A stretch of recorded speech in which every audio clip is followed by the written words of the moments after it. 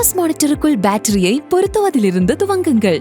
மீட்டரின் பின்பகுதியில் உள்ள பேட்டரி பகுதியை திறந்து பேட்டரியின் பிளஸ் குறியீடு மேல் நோக்கி இருக்கும் வகையில் வைக்கவும். இப்போது M பட்டனை 3 வினாடிகள் அழுத்துவதன் மூலம் குளுக்கோஸ் மானிட்டரின் செட்டிங்ஸ் பயன்முறையை இயக்குங்கள். அது இயக்கும் போது திரையில் செட் என்ற வார்த்தைகள் தோன்றும். அத்துடன் மாதம் தோன்றி மறைந்து கொண்டே இருக்கும். C பட்டனை அழுத்தி மாறி வரும் மாதத்தில் சரியான மாதத்தை தேர்வு செய்யுங்கள்.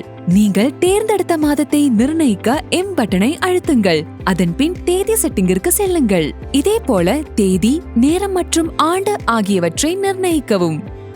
மானிட்டரின் இயக்கத்தை நிறுத்த M பட்டனை 3 வினாடிகள் அழுத்தவும்.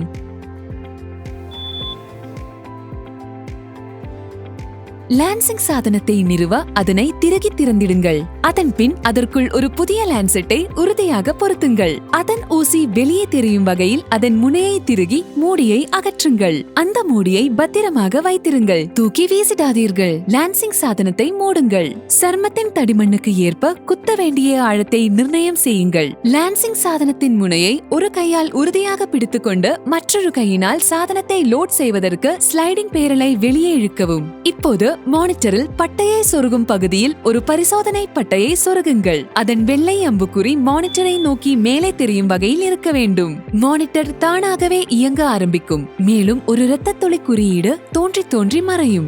இப்போது சாதனம் அளவிட தயாராக உள்ளது. விரலின் பக்கவாட்டில் லான்சிங் சாதனத்தை வைத்து அதன் ரிலீஸ் பட்டனை அழுத்தி ரத்தம் வர செய்யுங்கள். பரிசோதனை பட்டையின் மாதிரி சேனல் வைத்து ரத்தத்தை தொடுங்கள். ரத்தம் தானாகவே அந்த பட்டைக்குள் சென்றுவிடும். அதன் பின் மானிட்டர் 5 முதல் 1 வரை தலை கீழாக எண்ணிய பின்னர் பரிசோதனை முடிவை காட்சிப்படுத்தும். பரிசோதனை நிறைவடைந்த பின்னர் லான்சிங் சாதனத்தில் இருந்து பயன்படுத்தப்பட்ட லான்செட்டை அகற்றுங்கள். அதன் ஊசியை லான்செட் மூடிக்குள் அழுத்துங்கள். அதனால் யாருக்கும் எந்த பாதிப்பும் ஏற்படாது. பின்னர் நீங்கள் லான்செட்டையும் பயன்படுத்தப்பட்ட பட்டையையும் முறையாக அகற்றலாம். ஒருவேளை திரையில் ER1 தோன்றியால் அந்த பரிசோதனை பட்டை ஏற்கனவே பயன்படுத்தப்பட்டதாகவோ அல்லது சேதமடைந்ததாக இருக்கலாம். அந்த பரிசோதனை பட்டைக்கு பதிலாக ஒரு புதிய பட்டையை பயன்படுத்துங்கள். ஒருவேளை திரையில் ER2 தோன்றியால் திரையில் இரத்த துளி குறியீடு தோன்றுவதற்கு முன்னாலேயே இரத்தம் அந்த பரிசோதனை பட்டையில் வைக்கப்பட்டுள்ளது என்று பொருள்.